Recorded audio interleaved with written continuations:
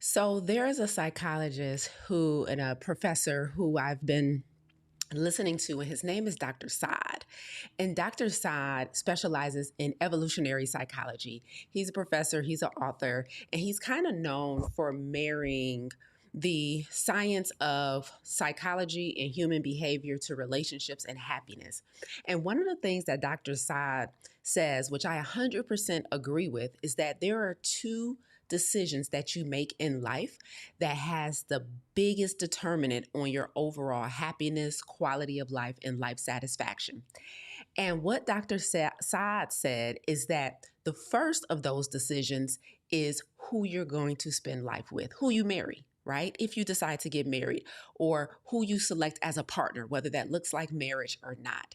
So Dr. Saad suggests that who you decide to do life with is one of the most important decisions that you'll ever make. But then he went on to say that the second most important decision that you'll ever make is your career.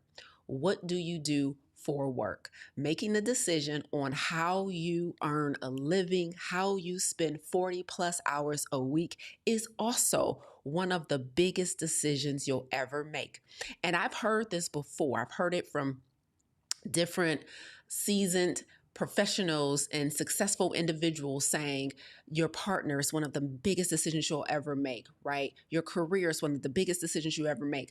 But I've never believed it more as I do now, with over a decade of coaching under my belt and constantly having conversations with individuals who are unhappy in their relationship or in their career. So this is definitely verified by my little data points in the big world, right? And so today I want to share with you two and a possible, somebody say two and a possible. Today I want to share with you two and a possible reasons why your career specifically is causing you stress and what to do about it. I have talked to several clients and community members over the year about their job, and many people are feeling a ridiculous amount of stress from their career, from their 9 to 5, sometimes even from their own business, right?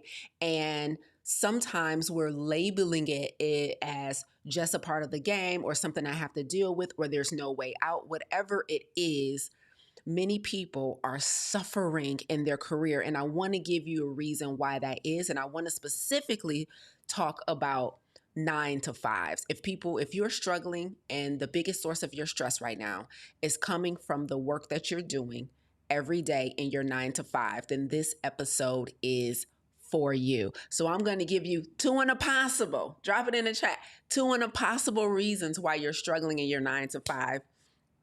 And this is data that has been collected in the past decade. I could really, at this point, start a research center, right? Like I could really start a center of R&D, research and development on human behavior, with all of the thousands and thousands of conversations I've had with you guys over the years, all of the feedback I've gotten from you guys when I do episodes like this, and you tap in and say, that's me. You were talking to me. That's exactly where I'm struggling, and here's why. And so at this point, listen, all the research, I don't have to go outside of my ecosystem to get data. What a blessing, right? So this information today, two and a possible reasons why your career, specifically your 9 to 5, is the biggest source of your stress, is coming directly from you guys. All I'm about to do is tell you what you've told me. Okay? That's all I'm about to do is tell you what you told me. So I got two and a possible reasons why that is. Now, before we get into those reasons, it is very important that you have your emotional support beverage on deck today, because I'm going to tell you right now, the first reason is going to be a reality check. The second reason might hurt your feelings. Okay. The first reason I'm going to share as to why you're stressed out in your career is probably going to be a big eye opener. There might be a little revelation. It's going to be confirmation for some of you guys. But that second reason I'm going to share why your job is stressing you out, that's the one that might peel back your edges a little bit. That's the one that might get you in your feelings. That's the one that might get you mad at me when I ain't did nothing. I'm just a messenger, right? But we love to be mad at the messenger when we can't deal with the responsibility of being in our current situation. And so grab your emotional support beverage. Welcome to Monday Morning Keynotes with yours truly, Coach Lisa A. Smith. I am the founder of Clarity, a community dedicated to eliminating chronic stress and optimizing health and activating radical obedience for current and aspiring entrepreneurs. And let me tell you something. We have these conversations every Monday. I come on here and try and give you some insight about what may need to be adjusted so you can live a life of radical obedience and on your own terms. And sometimes it hurts a little bit. So the reason we always bring our emotional support beverage is for that exact reason. You want to make sure you have something to soothe you when I say something that gets you in your feelings. And I'm telling you, we got two impossible reasons right now. I know for a fact number two gonna hurt some of y'all feelings, and the possible was probably gonna go along right with that as well. And so get ready for that, because sometimes it gotta sting a little before it can get better. Y'all know that. Y'all know that. You know, before that wound starts healing, it hurts first. Am I right about it? And so you're here to heal, but it might hurt a little bit first. It's not intentional. I still love you unconditionally, but make sure you have your emotional support beverage. Today, I'm sipping on some spearmint tea mixed with some ginger, a 3 ginger blend. Then I sprinkled some ground ginger in here just to take it up a notch, because we on that anti-inflammatory kick, just in case. And so make sure you got your emotional support tea. Drop it in the chat for me. Let me know what you're sipping on. Let me know how you soothing your feelings today as I come down your street, because if your career is stressing you out, I'm about to blow it wide open for you, because it is one of the top sources of stress for many individuals. And I want to make sure that you don't spend another year, another 6 months in a circumstance that's slowly taking years out of your life. That's what we're not going to do. Okay. So we're talking about career stress today and why it probably exists and what we need to do about it. What are you guys sipping on this morning for your emotional support beverage? Hey, good morning, Susan. What's up, Terry? What's up, Key? What's up, Kiavia and Quintella? Everybody here on YouTube, rocking and rolling. Shout out to Lorene. She says she has ginger tea with lemon cayenne. Let's go. I see hot lemon water. Shout out to Terry, Kiavia, water. Okay. Oh, Core says, I'm not sipping, but I'm walking. That really helps. You know, movement is emotional support too, right? You can work out sometimes the feelings that comes up when I get in your business. Okay. Good morning, Patrice. What's up, Susan? Susan says she has cucumber lemon water with a dash of cayenne pepper. Y'all be doing it. Okay. Y'all be doing it. What's up, Laverne? Laverne says he has raspberry zinger, or is that supposed to say ginger? I don't know. Or maybe that's what it says on tea bag. Okay. Raspberry zinger herbal tea. I love a good herbal blend. Shout out to Laverne. Shout out to all our community members who are here on YouTube, getting in line for this emotional reality check this morning. Cinnamon ginger. What's up, Coach Carmel? That was too early. I wasn't supposed to sip that. They're still too hot. Y'all, everybody just hold their horses. Wait till we get to the good part. What's up? Water. Okay, I see it. I see it. I see it. I see it. I love it. I love it. Okay. If you're watching on Instagram and you want to get in the mix on YouTube, just comment the word YouTube if you're watching on Instagram, and you can jump on over and join us on YouTube. Okay. If you're watching on Instagram, comment the word YouTube and you can come on over. Shout out to Insta. Let us know what emotional support beverage you have this morning. Shout out to Native Soul, who says water. That's good enough. That's good enough. I hope it's room temperature. You know, I hope it's really refreshing for you, because we're about to talk about this career stress and why it exists. All right. So as I mentioned when we started this conversation, Dr. Saad, this evolutionary psychologist, says that the two most important decisions you make in life are going to be who you spend it with and what you do for work, what you do for a living. Two most important decisions you're going to make in life. And I have never agreed more, hands down, unequivocally. And I'm sure many of you have had this same experience where you're just like rolling over every morning, like, was this the right choice? And or going into that job, like, was this the right choice, right? And so for a lot of us, the biggest sources of our stress lies within a relationship or within our career. And so here's what I want to be clear before we move forward, right? Because today we're talking about 9 to 5 career stress and why it exists. But I want to be clear that I'm not here to propose that everybody should be an entrepreneur. Nope, nope, nope, nope. Not by any means. I do not want you guys to take away from this that you should start your own business. Absolutely not. Now, for me, I probably won't ever do anything else but work for myself. It's the most rewarding thing. I am 12 out of 10 pleased with my career, with my work, with how I show up in the world, with how I give back to the world, with doing meaningful and purposeful work. I feel like I hit the career lottery. That's how happy I am in my work and in my job and in my business, right? However, I don't believe everyone should start a business, and I don't believe everyone should be an entrepreneur. And this stings me to say because I haven't always believed this, but I also don't believe everybody has what it takes to be an entrepreneur. And I did not used to think like that. I really used to think in my naivete that anybody could do it, right? But a decade in, but most importantly, after 5 years of doing business coaching, I also don't believe everybody has what it takes, okay?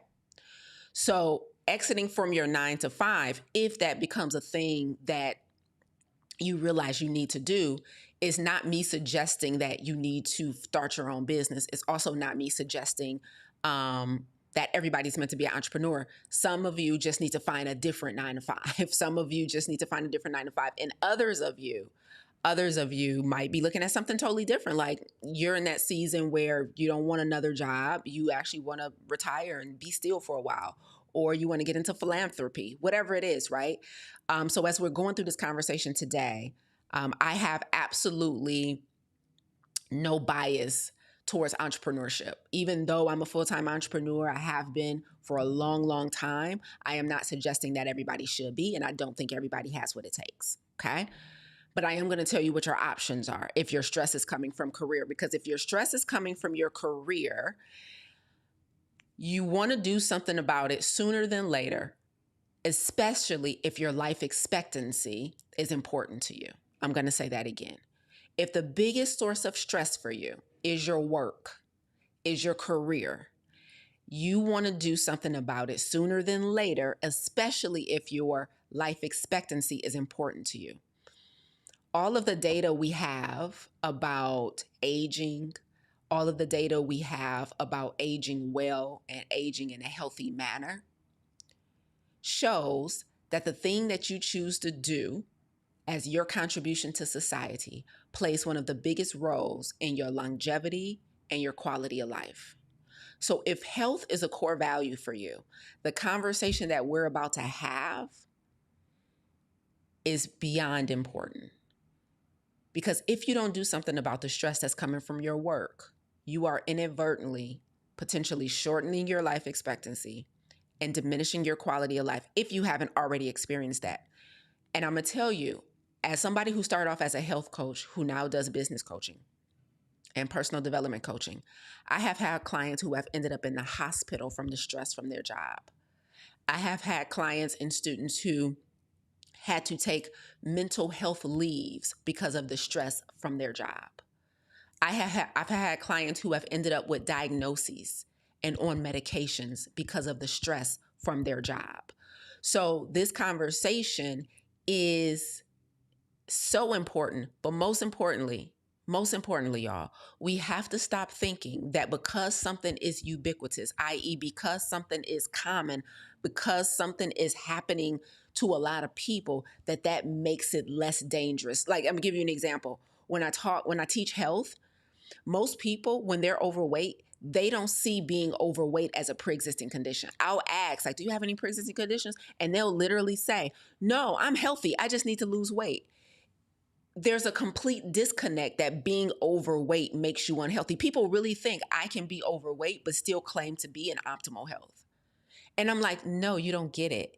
If you are overweight and you have all of the visceral fat around your arteries and you have producing all of the excess hormones that comes with being overweight, and you have all of the health risks that comes with being overweight, you are not healthy.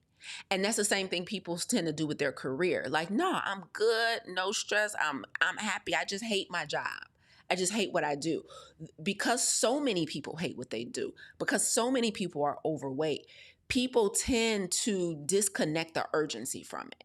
Right? So before we go forward, I need you to understand, if you are chronically stressed due to your job in your 9 to 5, this is urgent. It's an urgent matter. There are things that could happen that could escalate this, and your health could take a significant turn for the worse.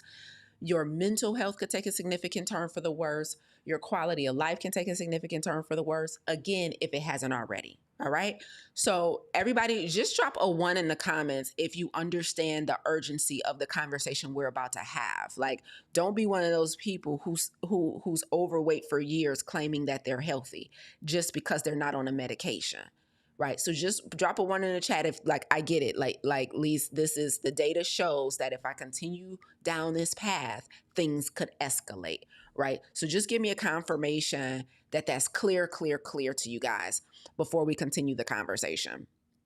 Thank you, Kiavia. I appreciate that. Is this ready to sip? Okay, so we're clear on the urgency of doing something about your career. Okay, very good. So here's what I know to be true. Now, for those of you who do feel like your exit strategy from your 9 to 5 is entrepreneurship, let me say this, and then we'll get into our 2 and the possible reasons, okay? Thank you, everybody, confirming that it's clear. Okay.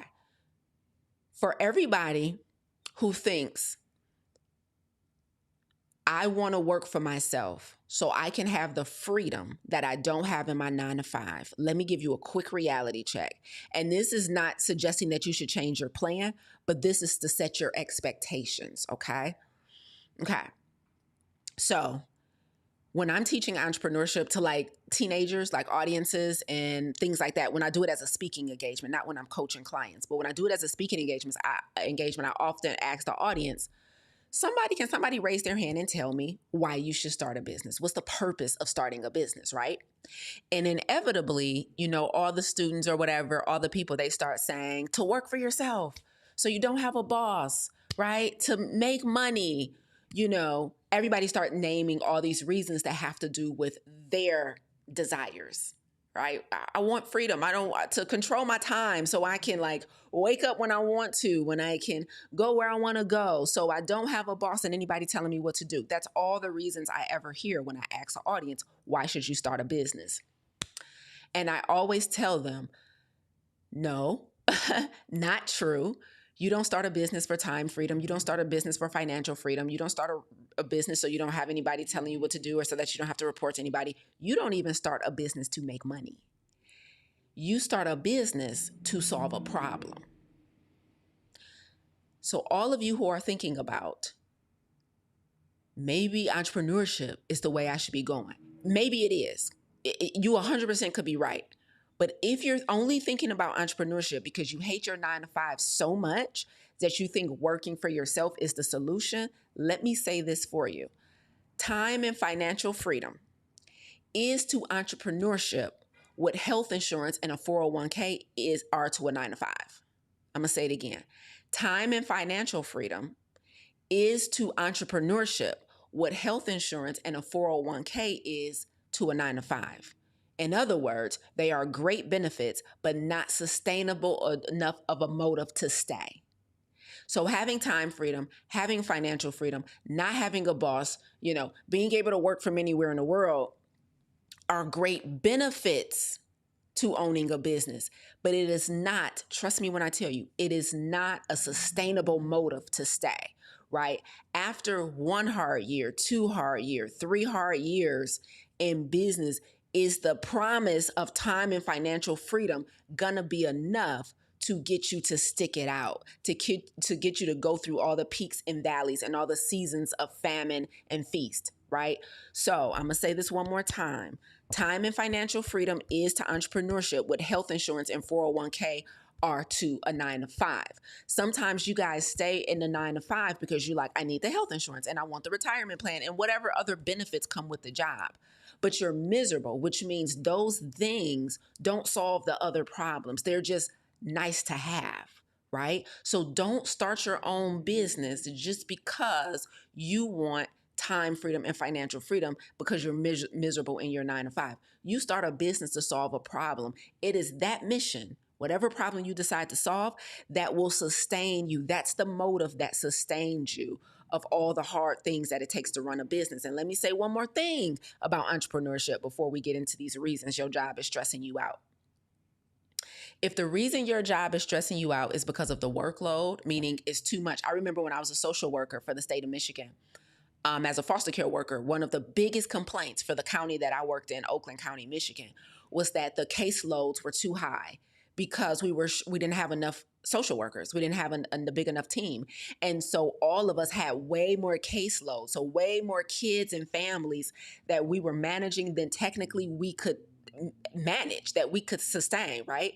And so let's say that part of the reason your 9 to 5 is stressful is because of the workload, i.e., how much you have to do is too much. Or maybe part of the reason your 9 to 5 has become stressful is because the work is boring. Maybe the work is redundant. Maybe the work is tedious. Maybe it's not enough money. Maybe the work isn't meaningful enough. So here's the issue.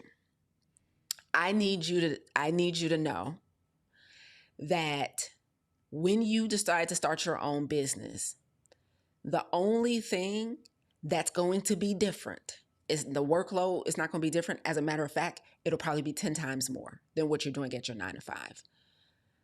The fact that you're going to have boring, redundant, and tedious tasks is not going to change. Matter of fact, you'll probably have more of them in your own business. Okay. The fact that you don't make enough money on your job, which makes you hate it, also probably won't change when you start your own business. It takes time to, first of all, create revenue. Second of all, to create predictable recurring revenue. So you can have a good month in business, but can you have a good 6 months in business? Can you have a good 12 months in business? Can you have a good 24 months in business, right? So if you want to leave your 9 to 5 to start your own business because of the workload, because of the boredom or the tediousness or the redundancy of the work, because of the money, and you think you're going to come over to entrepreneurship and it's going to be different right away, it's not. The thing that sustains you in business is meaning. That's why you only start a business to solve a problem. And you start a business to solve a problem that means something to you. Because when you have meaning in all of that, that makes all of the tedious, boring, and redundant tasks bearable. When you have meaning in your work, that's what makes the fact that your workload is beyond what you could ever imagine bearable. Okay. So the thing that changes when you start your own business, if you start the business for the right reason, is that you have meaning. Meaning and doing meaningful work, purposeful work, work that really, really ignites your spirit and your soul is what helps you to get through the months when you don't make that much revenue. It helps you get through the months and the weeks where the work is boring. Like there's parts of the job that I look forward to, like this right here. Like anytime I'm teaching, speaking, or coaching, my favorite part of my day. But then after this, I have to go do some stuff that's kind of boring, that's not that exciting. And I do most of that. That's what I do most of the day. When I'm gonna be on here with y'all for like an hour. And then the rest of the day, guess what? I'm doing stuff that's not that exciting. Right? And so if you're trying to leave a job that's not that exciting and think you're going to come over into entrepreneurship and it's just going to be all exciting all the time, you're so wrong. But the thing that gets me to keep doing the tasks that aren't that exciting is the meaning behind them. So if you come over here because you want time freedom and financial freedom, you're not going to be able to perform with excellence because you're here for yourself. I remember a quote that I heard, and this person was specifically talking about how they hire people at their company, right? And they said, I don't like to hire people based on money. Like I don't like to like offer the biggest packages or whatever. Because I don't want somebody to come work for me just for the money. Because they said if they come for money, they'll leave for money, which means the work and the job never meant much to them. They were just here for the money. And I'm saying the same thing to you. If you're coming into entrepreneurship for time freedom and financial freedom, you'll leave for the same reason. Like the moment you think, here's an easier way to do it, or let me shut this business down and start another initiative because the time freedom and money freedom ain't coming financially, not coming quick enough here. Same thing. If you come for that, you'll leave for that. So you have to come for meaning. You don't start a business for the benefits. You start a business to solve a problem. So time and financial freedom is to entrepreneurship what health insurance and 401k is to a 9 to 5. Great benefits, not a sustainable motive to stay. Okay. So we have to stop glorifying those things of entrepreneurship and making it seem like it's so crazy that I have time freedom. I have geographic freedom, right? I have like this financial, like there's no limit on how much money I can make. That's all very true. All very true. But it's so crazy how most of my time and freedom is spent serving y'all. Sometimes it ain't as free as you think. Sometimes it takes years to get to that freedom that you're picturing in your mind, where you're literally getting out of bed when you want to. No, I was up at 4 a.m. this morning. Okay? That wasn't my first choice. Okay? Now, that's a wonderful introduction. Let's get into the reasons why your job is stressing you out. Remember, reason number one is going to be a reality check for you guys. Reason number two is going to hurt a lot of y'all feelings, and the possible is going to hurt y'all feelings too. We got two in a possible, okay? We got two in a possible. Here we go.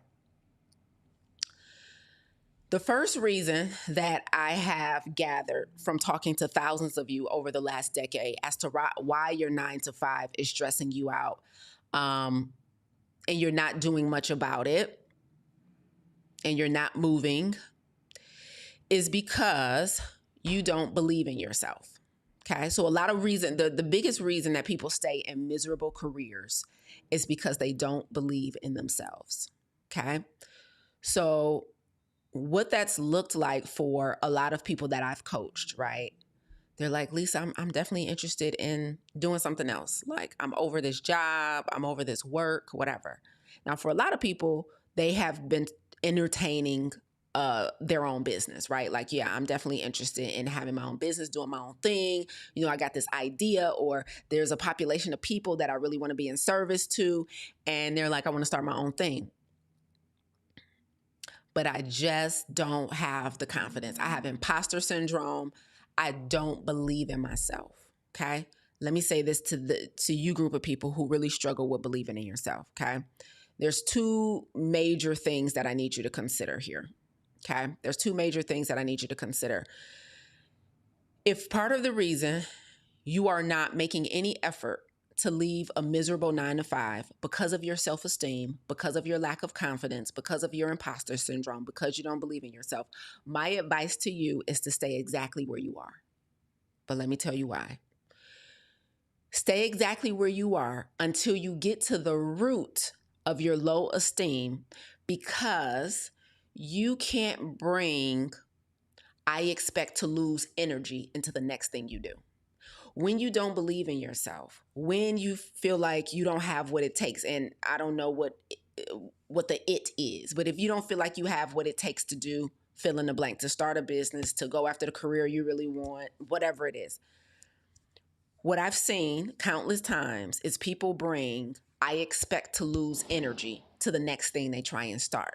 And inevitably, it doesn't work out. And it wasn't because it couldn't have worked out. It was because they expected to lose, because they showed up with so much low self-esteem, with so much imposter syndrome, with so much I'm not smart enough, I'm not good enough, I don't look like that, I don't sound like that, I don't have those degrees, those certificates, those diplomas, I don't have that. And so all of those insecurities flare up into whatever they try to decide to do next.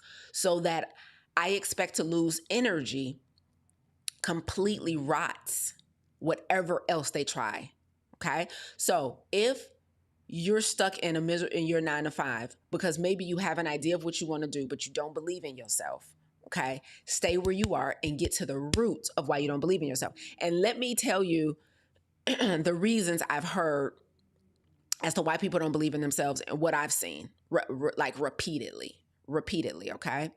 What I've seen is people essentially have had somebody in their life who has told them things like they would never amount to anything, they aren't good enough, they don't have what it takes, they're not smart enough to be successful or survive on their own.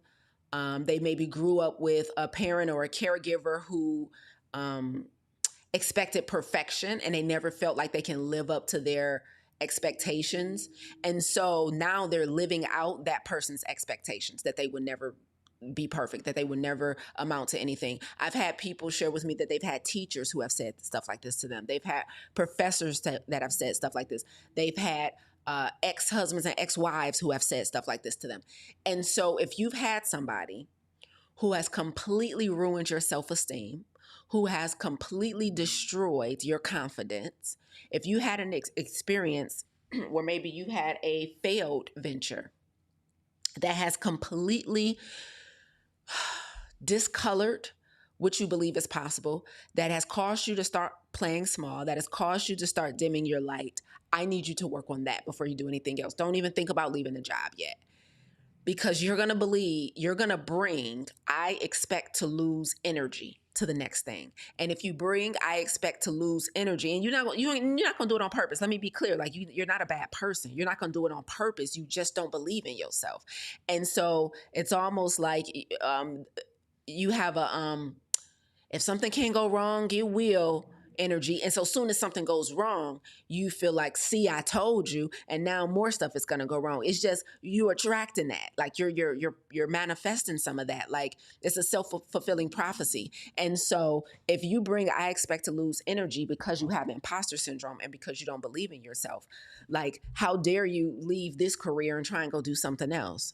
Okay. And let me tell you something else that might be a bit of an eye opener to a lot of you, which is, for some of you, if this is the reason that you're struggling, if number one is you, and you genuinely are struggling because you don't believe in yourself and because you have low self-esteem, your issue might not even be that you need to leave your 9-to-5. Your issue might not even be that you need to be searching for a new career. Your issue might be the reason you're miserable at your job is because you don't believe in yourself. The reason you're miserable at the 9-to-5 is because you don't have no confidence. Your 9-to-5 experience might be less than ideal because you lack self-esteem, meaning you believe you deserve more money, but you don't advocate for yourself, right? You know they taking advantage of you by giving you all this work and appointing you to all this responsibility, but you don't advocate for yourself, right? You're shrinking in rooms where you should absolutely have a voice, but you never speak up. So the same behavior that's preventing you from doing something different is the same behavior that's driving your misery in your 9-to-5. So that's why I said, don't leave. Fix this problem first, because it might not even be an issue of I need to switch jobs. It's a you issue sometimes where I'm so afraid of rejection, so I never ask for what I want. I'm so intimidated by people that seem like they have bigger titles and more experience than me, so I never speak up in rooms. Like, that's not going to change when you leave a job. So I don't know if you're miserable at the job because of the job for real, or because of how you're showing up at the job. Because if you are actually in a position where you're doing meaningful work that you actually are in love with, maybe you're in love with the patients or the clients or the people that you guys serve. Maybe you actually enjoy the work itself, but it's how you're showing up in the culture that's keeping you miserable, right? Because you're constantly every day betraying yourself. You feel the nudge to say something and you mute yourself. You watch yourself being disrespected and you don't advocate for yourself, right? You see an opportunity comes up that you should apply for, that you should volunteer for, but you never do it because you're so afraid of somebody else being more qualified and you're afraid of being rejected. So if you're miserable in your 9-to-5 because you don't believe in yourself, stay where you are and work on that. Be honest about the root of your low self-esteem and your low confidence, right? And work on that. So if you know, yeah, this definitely roots from, that teacher telling me in elementary school or middle school or high school that, I wasn't smart, or that I wouldn't succeed, or that I would never amount to nothing. If it goes back to a marriage or a toxic relationship that you were in where somebody just walked all over your self-esteem, like, heal from that. That's where your work needs to start. Okay? Because we think the job needs to change when it's really us who needs to change. All right? So that's reason number one why you might be miserable. Okay. Reason number 2, grab your tea. Okay? Grab your water. Walk faster if you're exercising, whatever you're doing. Here's number 2. Okay? This one gonna hurt a little bit. The second biggest reason why people are miserable in their careers is because they're afraid of losing what they've accumulated. They're afraid of losing what they're accumulated. Another word for this is you have a middle-class mindset. You have a middle-class mindset. So listen to this. I remember my coach, E.T., I heard him explain this concept on stage many, many years ago. And I haven't repeated it or taught from it much since then because I had to verify it for myself. Now, years later, after talking to hundreds of you, coaching you guys, this has never been more true. Many of us are stuck in completely unpleasant, undesirable circumstances, not because we can't move, but because we won't move, because we're afraid of losing all that we've accumulated. You right, Terry. Sip before we go further. Everybody sip now, because I'm about to go deeper, so everybody just sip real quick, okay? You in this 9 to 5. You have anxiety on Sunday night before it's time to go in. You got an attitude all day while you're there. You can't be present and open with your family at the end of the day because the job done stressed you out. You eating all your feelings. You drinking all your feelings. You smoking all your feelings, like a bag of candy, love to see you coming. A chocolate bar, love to see you coming. A glass of wine, a cocktail, love to see you coming. The drive-through, love to see you coming. That's the only way you coping with this misery, right? Meanwhile, your family and friends hate to see you coming because you're complaining, you're miserable, you never want to do nothing. You believe you can only live your life on a Friday or Saturday night. Go out on a Wednesday. Are you insane? I gotta work tomorrow. Like your whole life, whole quality of life is upside down and inside out. Not because you can't make a different decision, not because you can't start the business, not because you can't find another job, not because it's because you refuse to change anything because your middle class mindset says, I'm afraid of losing everything I've accumulated. Okay? So let me be clear about something real quick because I don't want this to come off as judgment. I am not suggesting that there's anything wrong with being middle class. There's not. Here's the problem. Okay? The only time there's something wrong with being middle class is when you're miserable and you complaining about it and you're not changing anything.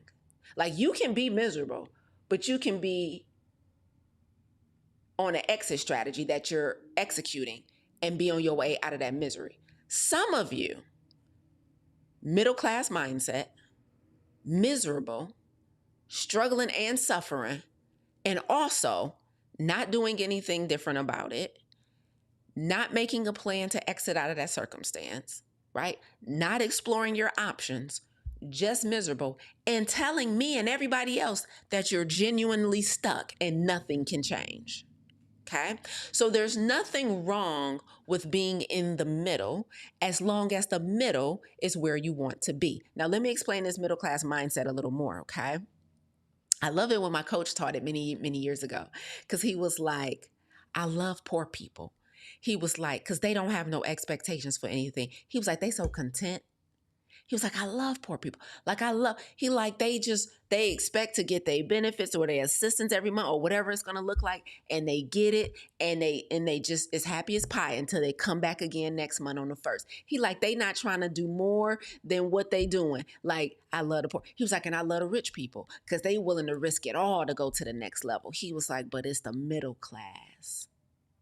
And I had no data when he taught this. So I just sat back and took it in like, And now after talking to a countless number of you, I'm like, it is. He said it's the people who have accumulated degrees, have accumulated houses and cars and property. We finally, accomplished the dream of buying our home.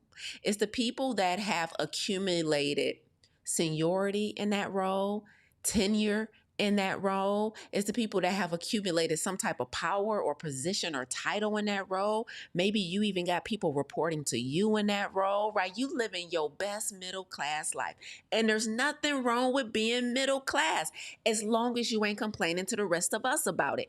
If you're proud of where you are, be proud of where you are. But if you miserable and you complaining to us about it every Sunday, Lord, I got to go back in here tomorrow. You complaining and celebrating every Friday. Thank God it's it's Friday. Why can't Tuesdays be happy? Why can't Wednesdays be happy? Why you only happy on Saturday?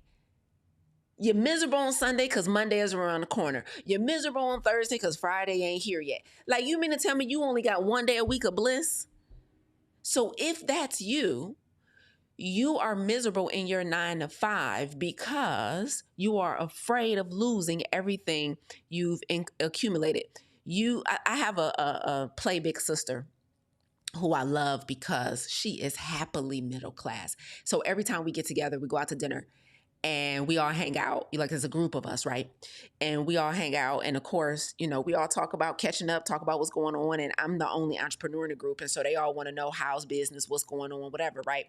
And I'm always telling them, like, I share the successes, I share the challenges, right? They hear about the money, all that stuff. And I love her specifically because she has said on countless times, she's like, man, I ain't never wanted that. I ain't never wanted to start my own business. I ain't never wanted to be my own boss, and I still don't. She is so pleasantly pleased with her job, her husband, and her 3 kids, right? And just like the average middle class family, she go to work multiple days a week. She take that paycheck and she take care of her family. She travel and she live her best life. And she is so happy and content. That's what I'm talking about. I'm like, yes. So if that's you, I'm not talking to you right now, right? If that's you, you like, I'm chilling. Like, this is exactly, I don't want more responsibility than what I have. I don't want to have to hustle with no business and figure out all that. I don't want to do nothing else but what I'm doing. I done got the degree. I'm working in what I got the degree for, and I'm pleased. That's her all day. Happily middle class. She not in the 1%, not even in the 5%, but she ain't below. Like, she travels several times a year. She got disposable income. She living her best middle class life. And let me tell you something, there's nothing wrong with that. I know a lot of people who are doing that and they are pleased, but a lot of you are not pleased. And so you're afraid of losing what you accumulated. And that's the reason why you're staying stuck in this career, right? And so part of the reason you're miserable is because you spent so much time accumulating your degrees, your education, your certifications, your seniority, your tenure, your position, your car, your home, your image, your identity, but also you spent a whole bunch of years also accumulating your debt, health that's fair at best, chronic stress, below average relationships, a quality of life that wasn't your first choice. But if it takes giving up the first list to get rid of the second list, you ain't decided that it's worth it. Like, if I know that my health is below average, Lisa, I know that my stress is above average, Lisa, I know that my debt is out of control, Lisa, I know that a lot of my relationships are fractured, Lisa, but if to get rid of that, I have to give up the image, the identity, the car, the home, the 401k that came with I don't know if I'm ready for that yet. And that's why you stuck. You haven't decided that it's worth it. Like, I could potentially start looking for other options. I could potentially get out here and really start applying for or going after the money that I believe I'm worth, the position, that the things that I really want to do, but dang, I will lose all my seniority here. Like, people look up to me, people answer to me. I'm proud of that. Like, I feel like that's a flex. I want to keep that. I got these degrees. I got this certification. If I go somewhere else, I'm going to be new. I'm going to be the low one on the totem pole. I'm not going to have all this title. Matter of fact, if I go do something else, that might come with lower pay. I might have to turn this car in, right? I might have to consider downsizing my home. And for a lot of you, it's not worth it. I'm not willing to lose some square footage to get back my health, my peace, and repair my relationships. I'm not willing to lose that square footage, Lisa. And I'm telling you right now, if you make that decision, that's fine. Just stop complaining to us about it. So the second reason that most people are miserable in their careers, based on what I've seen and coached people through in the last 10 years, is they're afraid of losing what they've accumulated. Sips tea.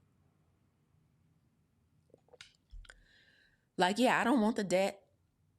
I don't want the credit card debt and the student loans and the personal loans. Like, I don't want the debt, coach. I don't want the stress that this job caused me. But the way you talking, I'm gonna have to downsize my car and my home. And that don't look good. I'm gonna have to stop eating out so much. I might have to be new at something again, and that's gonna flare up my insecurities. I like feeling like I got mastery over stuff. I hate learning new stuff because I don't feel smart. So you want to give up all this identity. You don't want to give up all this identity. You don't want to give up all this image that you've accumulated. And so you're deciding to stay where you are. Middle class mindset. Middle class mindset says, I've worked too hard to get to where I am, and I'm not willing to risk it for anything better. And again, there's nothing wrong with that, but just stop being miserable around the rest of us. Like, if you're going to choose to stick with what you accumulated and not take any risk to possibly make your situation better, there's nothing wrong with that choice. The problem is when your low vibrational frequency starts dripping down to the rest of us. The problem is when you show up in communities and act like you want something different, but you don't ever change your behavior. That's the problem. Stop fronting. Do we still say fronting? Lord, I got to get hip. Dang. But anyway, stop fronting, right? And so reason number 2, you're afraid of giving up what you've accumulated. And let me say something about control here. And I'm going to compare it to entrepreneurship because the one that kind of goes along with this one of the other things that a lot of you guys believe you have accumulated that you're afraid to give up is control. So right now, you're partly staying in the institution that you're at. You're partly staying in the job that you're in because you want control. You want the control or the illusion of control that institution gives you. Maybe you've been there so long and it's so predictable. You know what to expect. You know what to expect on the job. You know what to expect from the people. You know what to expect in your paycheck. And so that makes you feel like you have control, right? And so for a lot of you, the reason that you don't want to leave, you're afraid of losing of what you accumulated. And part of what you've accumulated is an illusion of control. And then you say like, well, coach, if I leave and I do what I really want to do, which I really want to write books, I really want to sing, I really want to start a nonprofit. I really want to help seniors. I really want to work with children. I really want to do this. You feel like I don't know enough about that. That's not predictable enough. And so I'm afraid of leaving this to possibly do that because your job has given you the illusion of control. You know your schedule, you know your job description, you know how the process works, so you think you're in control. Here's a wake-up call. You're not. You're not. You're not in control. It's just familiar. Somebody can make a decision right now, today, immediately, in the next second that blows up everything you thought you had when it comes to control. It's familiar. It's not that you're in control. Matter of fact, my pastor said something yesterday in church that I thought was really good. He said, just because, listen to this sentence very carefully. He said, just because you're not in control doesn't mean things are out of control. So you're 100% right that if you decide to do something different when it comes to your career and your work, whether that's a different job, a different industry, whether that's starting a business, just because it's unfamiliar and you can't predict everything does not mean things are out of control. So just because you're not in control when you try something new doesn't mean things are out of control. I mean, it's not black or white. It's not like, well, I have all this familiarity, I have all this predictability, and so that makes me in control. And if I don't have that, then things are out of control. Not true. Not true. Okay. And so I want you guys to understand that the illusion of control is one of the things that a lot of you guys are afraid of giving up, afraid of losing. You feel like you've accumulated some level of control, predictability, familiarity. It's just familiarity though. And the thing that you want to do instead is unfamiliar. And that's what gives you pause. But it doesn't make it more unsafe. Okay, so before I get into the last reason, let me say this one more time. Just because the thing that you want to do instead is unfamiliar, that doesn't make it more unsafe than your 9 to 5. Your 9 to 5 is just as unsafe as the thing you are considering doing instead. It's just that your 9 to 5 is familiar. But trust me when I tell you, anytime you work for someone else, you don't have as much control as you think you have. Just because things have been going a certain way for a certain amount of time, I can predict the work, I can predict the money, I can predict the seasons and the cycles of the business and the workload. Don't be careful with the illusion of control. And nothing has been more evident to all of us than the past year. So it's okay if you want to stay there. But if you're going to stay there, stop complaining about Monday mornings and stop celebrating Thursday nights because thank God it's Friday. Like, stop acting like it's not okay to be miserable. Don't think that you are in good company by complaining all the time about how much you hate your work and how miserable you are. If you're not going to decide to do anything different, just settle into the middle class mindset of I don't make big risks and I don't take big moves because I'm afraid of losing everything I accumulated. Just say that, right? Stop acting like you're stuck. You're not stuck. You just have the illusion of control. And what you want to do is unfamiliar, but you're afraid of losing everything you've accumulated. And for a lot of you, that includes your identity. Okay. So that's the first two. Let's get into the possible. Remember I told you it was two impossible reasons why your career is unbearable. Here's the final one.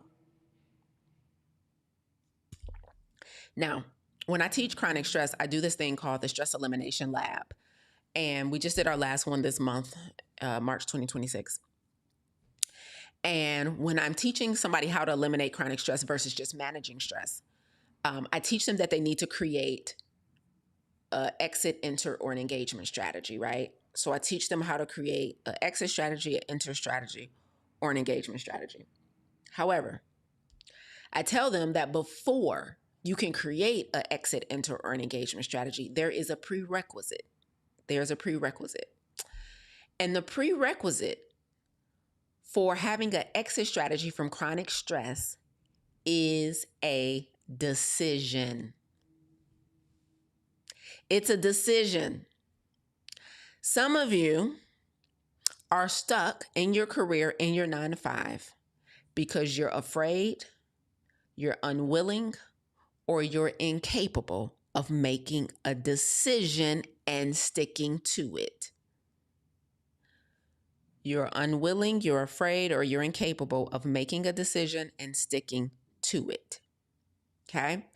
Before you can create an exit strategy from that 9-to-5 that you're miserable in, you have to make a decision about what you want to do instead. When I tell you I didn't even know indecisiveness was the new pandemic. Do you know how many people are running around here completely full-blown diagnosis of indecisiveness? I'd be like, okay, I got it. You ain't got to say another word, another syllable about how miserable you are in that job, in that relationship, in that thing. But here's the most important question. What do you want instead? Dead silence. I don't know. I'm not sure. Maybe I could start a bit. Maybe I'll go write the book. Maybe I'll just retire. Maybe but maybe if I could, I don't know. You want to know why you don't know? I'll tell you why. Because all of your energy has went to focusing on what you don't want. All of your energy has been depleted thinking about, focus on, complaining about how miserable the current situation is. You spend so much energy complaining about what you don't like and what you don't want and what you don't like on the job that favor can't even find you because you have no destination.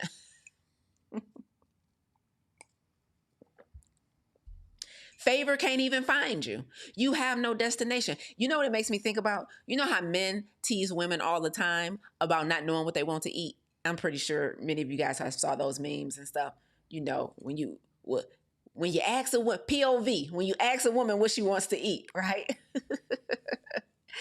And what do a lot of us do? What do a lot of us do when our partner or somebody asks us what we want to eat? First thing we do, we rattle off all the stuff we don't want. Tell me I'm lying. Tell me I'm lying. We rattle off all the stuff we don't want, right? I don't really want burrito. I don't want Chipotle. Nah, I ain't really in the mood for tacos. Nah, pasta. We just had that yesterday. We rattle off all the stuff we don't want. But baby, we sitting in this car right now. And he said the car can't move until what? Until we have a destination. The car can't move until we have a destination. All your energy is going towards thinking about all the stuff you don't want, all the stuff you don't like. Baby, favor can't find you because you don't have a destination. Because you're afraid, unwilling, or incapable of making a decision. If you want out of this situation, you must have a destination. Destination equals decision. Yep. Everybody sip, including me, because I was getting upset. When I go silent, just know that that's me self-regulating. That's me self-regulating. Okay. So pardon the silence. I just be having to self-regulate. Okay. So let me calm down for a second. If you want out of the situation, if your 9 to 5 is the number one source of your stress, stop spending so much time and energy thinking about what you hate about the job, what you don't want to do, the people that get on your nerves, the toxic work culture, not enough money, not enough benefits, not being recognized for the work that you do, people stealing your ideas, all the crap that comes with it, and start thinking about what you want instead. Favor can't find you because you have not put a destination in the GPS. That man, that woman don't care about what you don't want to eat. They need to know what you want. Your coach don't care about how bad it is over there. I need to know what you want before I can coach you to a destination. So the third reason why you miserable in your career is because you're not making a decision about what you're going to do instead. And you kind of know what you want. Like, well, I kind of want to start a business, but back to number one, I don't believe in myself. So you're not willing to claim it because you don't think you're capable of it. It's a whole cycle. So let me tell you something. It's so crazy. Something else that I heard in church recently that I really loved because it reminded me of something I taught. He said, when you analyze too long, listen to this. I forgot how good it was till I started saying it. Okay. He said in church, when you analyze too long, you abort the blessing that comes with obedience. That's your cue. Take a sip. He said, when you analyze too long, you abort the blessing that comes with obedience. And here's my way of saying that. Your biggest enemy is deliberation. You spend weeks, months, and years deliberating about something that you felt in a split second. That deliberation costs you way more than you expected. He said, when you analyze too long, you abort the blessing that comes with obedience. Now, y'all know that resonated with me. What do I teach y'all all the time? Radical obedience. I say, favor can't find you if you don't have a destination. What if the only reason you were miserable was because you were refusing to make a decision? So here's the takeaway questions I need you to ask yourself. I told you the 3 reasons that you are stressed out in your 9 to 5 is either because you don't believe in yourself, your confidence and your self-esteem and your self-efficacy is at an all-time low. Or number 2, you have a middle-class mindset. You're afraid of losing all that you've accumulated. Okay. Or a possible, and this just probably is a addendum to number 1 and 2. You're unwilling, afraid, or incapable of making a decision. So you don't believe in yourself and you're indecisive. You have a middle-class mindset and you're indecisive, right? So the question becomes, what are you willing to heal from? That parent, that person that told you you wasn't good enough, you would never amount to nothing, you're imperfect. What are you willing to heal from? What are you willing to give up? If you think that car, that house, that income bracket, that title, that seniority, if you made that your ceiling, you done shut yourself out. If that's your ceiling, if you feel like this is, I've worked so hard to accumulate these things and you're not willing to risk them for peace of mind and better quality of life and a better contribution to society, you're in trouble. So question number one was, what are you willing to heal from? Question number 2 is, what are you willing to give up? These are not hypothetical questions. These are questions that I want you to ask yourself out loud when you're driving down the street. Cut the noise off. If you on your way to that 9 to 5, if you on your way home from that 9 to 5, if you on your way thinking about the 9 to 5, if you in your feelings and going through your cycle of angry, sad, depressive thoughts about the job, all the stuff that comes with doing work that you hate, have come to be stressed out about, all of that. I want you to switch off going through the list of everything you hate and despise, and I want you to switch on these questions. What am I willing to heal from? You got to admit that you're scarred and still holding on to stuff so that your confidence can get up so that you can make bolder decisions. You don't make bold decisions when you have no confidence, when you don't believe in yourself. So what am I willing to heal from? What am I willing to admit out loud? Am I willing to admit that that last relationship, he or she broke me down so bad that it discolored how I see myself? Are you willing to admit that to somebody so y'all can start working on it, right? Are you willing to let go of the shame so that you can heal, so that you can get out of this misery that you call a 9 to 5? So what am I willing to heal from? Question number 2 that you're going to ask yourself when you're driving down the street. What are you willing to give up? This car is nice, but is it nice enough to take another 5 years of my peace? This home is nice, but do I need this much square? And I'm not saying you're going to have to downsize, but sometimes the accumulation of these things has given us the illusion that we have some level of success that we can't part ways from.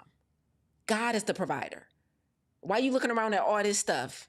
God is the provider. Why are you looking at that title? If the title has become your identity, if the fact that people report to you has become your identity, but you're miserable, but you're unwilling to give that up, do you see that? If your health is not your top priority, what are you doing? So what am I willing to give up? Have I made this work and this job my identity? What are you willing to give up? Okay. And the final question is, what am I willing to make a decision about? What am I willing to decide on? Am I courageous enough to not be scared to admit what I really want? Because again, deliberation has been your biggest enemy. Not because you don't actually have a decision, it's because there's something about claiming that decision that scares you, right? And so you spend weeks, months, and years deliberating about something that you felt in a split second. Deliberation is killing the game. So those are some things I want you to think about if your 9 to 5 is your number one source of stress. I hope that supported you guys today. Why don't you start dropping your takeaways in the chat? If you are really, really, really struggling with the things that I talked about today, maybe low self-esteem, imposter syndrome, a middle-class mindset, indecisiveness, like if you've been diagnosed with indecisiveness, I need you to see you at the Radical Obedience Assembly. We're gathering so I can yell at you in person. Houston, Texas, May 2nd and 3rd. It's called Fully Surrender. It's time to surrender. It's no reason that stress should be taking us out the game. Stress is taking us out the game. And I just don't understand why it's going to continue. So get in a space and let me love on you. Let me coach you in real time. So it's May 2nd and 3rd in Houston, Texas. If you're watching on Facebook or YouTube, the link to learn more about Fully Surrendered is pinned in the comments. The very first comment at the top is pinned right at the top. Fully Surrendered. I need to see you in Houston, Texas, May 2nd and 3rd, the Radical Obedience Assembly, because continuing to do something that you know you've outgrown and that is constantly compromising your health is disobedience. It's disobedience. Full stop. Okay, let's hear some takeaways. Y'all know my fee for free. If I'm going to come on here every Monday and do a full-blown keynote for you guys, I need to get some takeaways, okay? So give me your takeaways. What resonated for you today? Shout out to Wanda. Wanda says, my takeaway was get healed, make a decision, change your mindset, and get radical. Very good, Wanda. I love it. Kiavia says, my takeaway is make a decision. The indecisiveness is the new pandemic, honey. Make a decision about what you want to eat. Stop stressing that person out and make a decision about what you want to do in your career. They all are equally important, okay? And what you want to eat better be plant-based and clean and dairy-free and sugar-free. Amen. Kievia said, I ain't say all that, coach. Susan says, a lot of pruning, cutting away everything that's holding me back. Fully decide, non-negotiable. You got it, Susan. I love it. Shout out to Instagram. Super Dank says, I found this today because I needed to hear that. Wow. Absolutely. There's no accidents. Stop the accumulation of things and make that decision. There you go. Come on, Instagram, coming with the takeaways. Any more takeaways? Y'all, and I hope I'm going to see y'all at Fully Surrendered, our Radical Obedience Assembly in May in Houston. Let's see. Shout out to Terry. Terry says, get to the root in order to heal. Share what the issue is so I can get help. Yes. If you can't move out of a circumstance strictly because of your belief in yourself, do that work immediately. Okay. Sean says, make a decision and get healing 100%. Okay. Patrice says, I got triggered when you got on my block. Not sorry. If I don't come here to trigger y'all every Monday, what am I here for? What am I here for? Thank you, Wanda. Wanda said, y'all hit that like button. If I triggered you today, if I said something that resonated, absolutely. I would love it if you guys would like this video. I would also love it if you would share it and listen back to it, because if I said something that stung a little bit, that was an invitation. It wasn't just to go off and say, ooh, heard a good live this morning and go back to your misery. That was an invitation. So open the invite and RSVP. RSVP to the healing, RSVP to the decision making, okay? RSVP to being willing to lose what you accumulated. That if you got stung today, that was an invitation. So open the invitation and RSVP to what God is asking you to do next. Huh? Okay, I just came here to pass out invitations on behalf of our Lord and Savior. I just came here to pass out invitations, okay? Patrice says, putting off, procrastination, making decisions. Got triggered when you said destinations require decisions. Yes. I love it. Phenomenal. Absolutely. Instagram, can I listen after it's over? I missed most of it. Yes. So this live will be posted directly on my page, but then also you can click the link in my bio on Instagram, and it's also on YouTube, and the replay stays on YouTube too. So you can decide, but yes, it'll be on my page to listen back to. I don't delete it. So absolutely go for it. Okay. Love and blessings to you too. Absolutely. Okay. Jay Cross said, I got stung 3 times. That's what I'm talking about. You got 3 invitations. That's 3 invitations in your mailbox. Okay. Open those invitations and RSVP to the work. RSVP to the work. All right. So we will no longer carry the fact that our number one source of stress is in our 9 to 5. Do something about it. If you got stung today, that was an invitation to make a decision to go forward and do something different. Listen, guys, I'll be back here next Monday. What y'all feel about having like a live Q&A next week? Tell me what y'all thinking about that. I might have a really juicy story to share with y'all next week too. But if you guys want to have a live Q&A next week, I'm super down for it if you guys are. So we can like answer some questions and not me just coming on here like, what y'all want to talk about now? Patrice says yes, yes, yes. But I'm going to tell you this right now, Patrice. If I offer a live Q&A and there are no cues, we shutting the whole situation down. Like I don't have, like I'm okay with missing a Monday. So don't say yes to my live Q&A offer and there are no cues, meaning you just hope everybody else asks questions so you can be a spectator. So don't say yes if there are no cues. Okay, so if I come on here and I'll give it maybe 10 minutes, that's as much as my patience is willing to give, and I'll be like, live Q&A, what y'all got for me? And y'all just sit there watching and want to be a spectator, hoping somebody else asks a juicy question, but you don't want help on the thing you suffering from. I'm never doing it again because I get sick of it. I be offering Q&As and there are no Qs, which means I can't give no A's, which means we solve no problems and everybody don't wasted their time in my T getting cold. Okay, y'all know how sassy I am. Okay, so let me ask again now that we have the terms and conditions. If I do a live Q&A next week, will there be cues? Huh? If I do a live Q&A next week, will there be cues? I need some confirmations in the chat. Terry said, I'm always in. Cannot waste folks' time. I be like, live Q&A. And how we going to have an A without a Q? Y'all be tripping.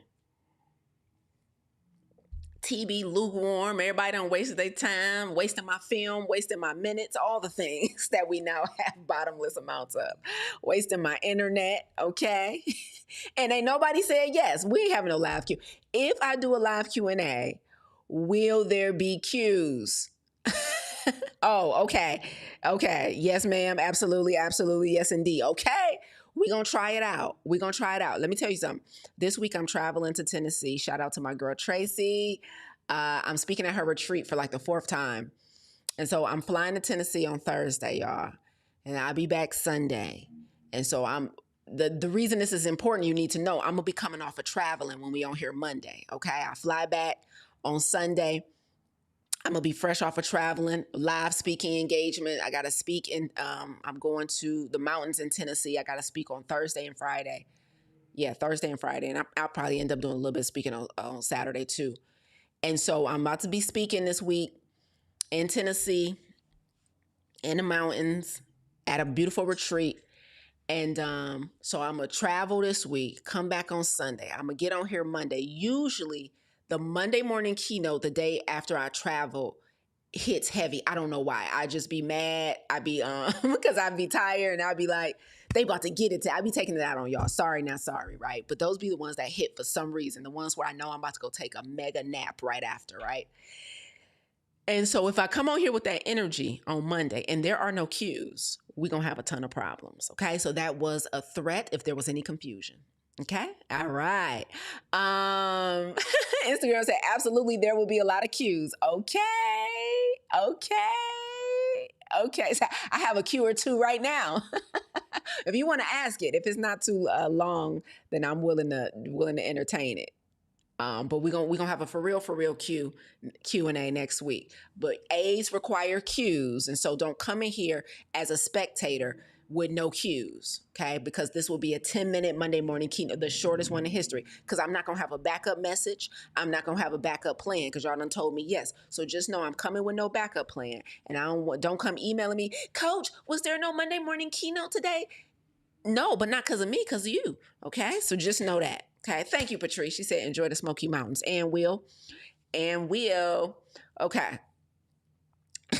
Thank you, Kiwi. Kiwi said, I promise y'all, if you don't have no cues, I'm telling Lisa, y'all on punishment and giving her some weeks off. Child, don't threaten me. Then I'm going to be praying for no cues. God, please don't let it be no cues. Kiwi said, I can have 2 weeks off from Monday morning keynote. Okay. Hey, you can turn your notifications on. Super dank, because absolutely get notified. Absolutely, that was a threat. Okay, what time Monday? 10 a.m. EST, 9 a.m. Central. It's 9 a.m. for me. I'm in Central Standard Time. So 9 a.m. Central, 10 a.m. EST. I'm live here on Instagram, YouTube, Facebook every Monday. So next Monday, what's the date? Let's call it the 30th. I feel like it's the 30th. Yeah, 23rd. Okay. So Monday, March 30th, whatever I'm struggling with in my health, in my career, in my personal development, I'm going to log on with Coach Lisa and I'm going to get some free coaching. That's what you're saying to yourself right now. And you know what? I'm not going to have so much shame or guilt or embarrassment or whatever that I don't ask for what I need. Somebody is offering me complimentary coaching that she normally charges thousands of dollars for. And she said, all I got to do is ask a Q and she'll give me an A. And so I'm going to do that on Monday, March 30th. We got it? We got the instructions? Okay. Complimentary coaching next Monday. Okay. Let's see. Okay. All right. Very good. I see. Yes. March 30th, 10 a.m. Okay. We'll be back here. Yes. A threat. Amen. I love making threats to my audience because y'all be real slick. Me too. I'm so happy we found each other too. Instagram getting a nice dose of my attitude problem today. Okay, y'all, that's it for me. My fast almost over, so I get excited when it's almost time to eat. Okay, dang, I'm bankhead bouncing. That's crazy. That's embarrassing. Don't tell nobody I bankhead bounce. I'm hipped in the mug. Okay, my swag is on like 12. All right, so I'm out of here. We'll see you back here next Monday. Y'all pray for me as I go into these airports this week. Oh my goodness, y'all pray for me, please.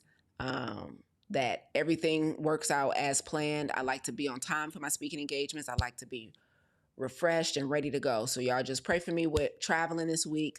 I absolutely plan to be with you guys next Monday. I think traveling coming back should be fine. Hopefully, I'm coming from a small airport, but I'm leaving out of a big airport. And I know those are the ones that are most affected by the TSA situation and everything. So please throw your girls some prayers this week if you don't mind. Um, be safe, Bankhead Boss. Listen. Listen, do 30-year-olds Bankhead Boss? Y'all know I'm 30. Okay, thank you for praying for me. Love y'all forever. Talk to you later. Not sorry for the threats, and I hope today blessed y'all. Peace out, y'all.